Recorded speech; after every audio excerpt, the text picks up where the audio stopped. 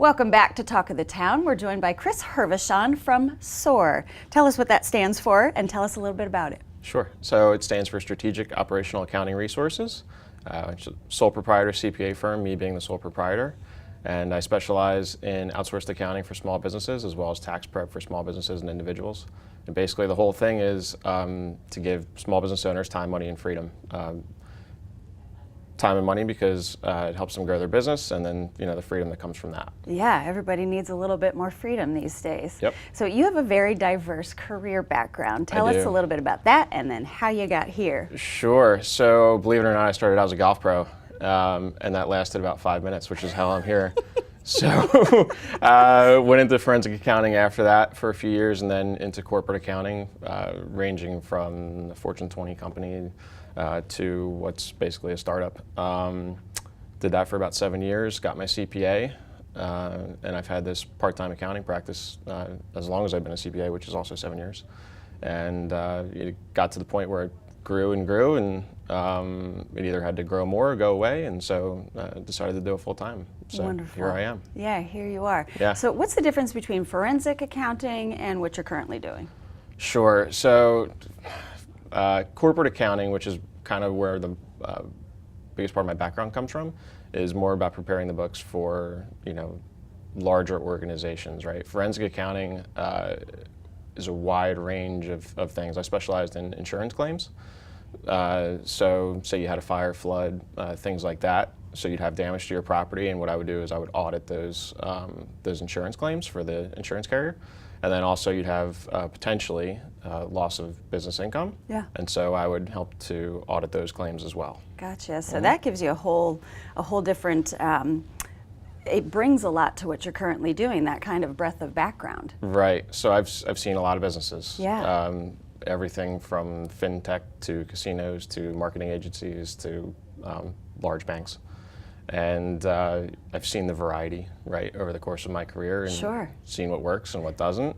And so when I started this practice full time, I had a pretty clear idea of how I could help my clients and what good looks like. Absolutely. And so here, is there sort of a trend of businesses that you help here, or is it sort of all different varieties?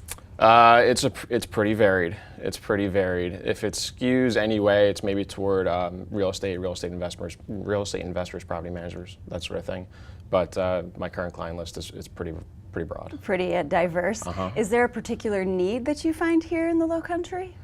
That's kind of where the real estate thing comes from. Real estate, especially the rental market. Yeah.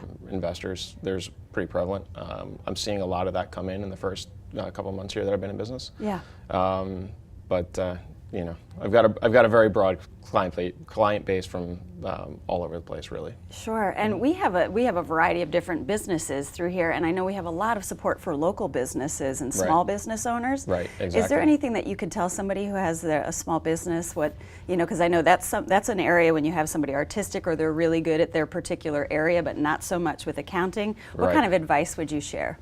The first thing that I tell every new client always is make sure you have a separate bank account. It sounds pretty trivial, but that's like the first thing, right? And it's something that you'd be surprised very commonly. There's a lot of commingling that happens. Sure. Which is fine. Been there. Yeah, right. So day one you're in business and you've got your one bank account and you're running all your business expenses through and your personal expenses, and it's fine, right?